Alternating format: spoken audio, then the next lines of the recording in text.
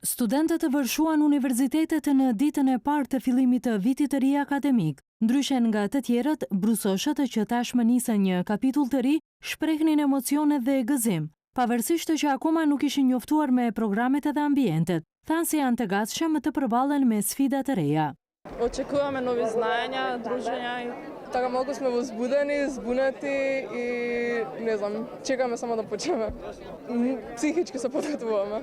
Скоро само што стигнавме, се уште немаме истражено, се немаме прошетано фул насекаде и возбудени.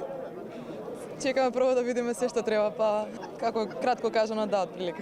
Спремни сме, се надевам дека програмата ќе биде предобра, се надевам дека ќе научиме доволно и се надевам дека во иднина ќе градиме успешна кариера и како адвокати, како суди, како политичари и факултетот ќе ни овозможи подобра иднина и добро образование пред се.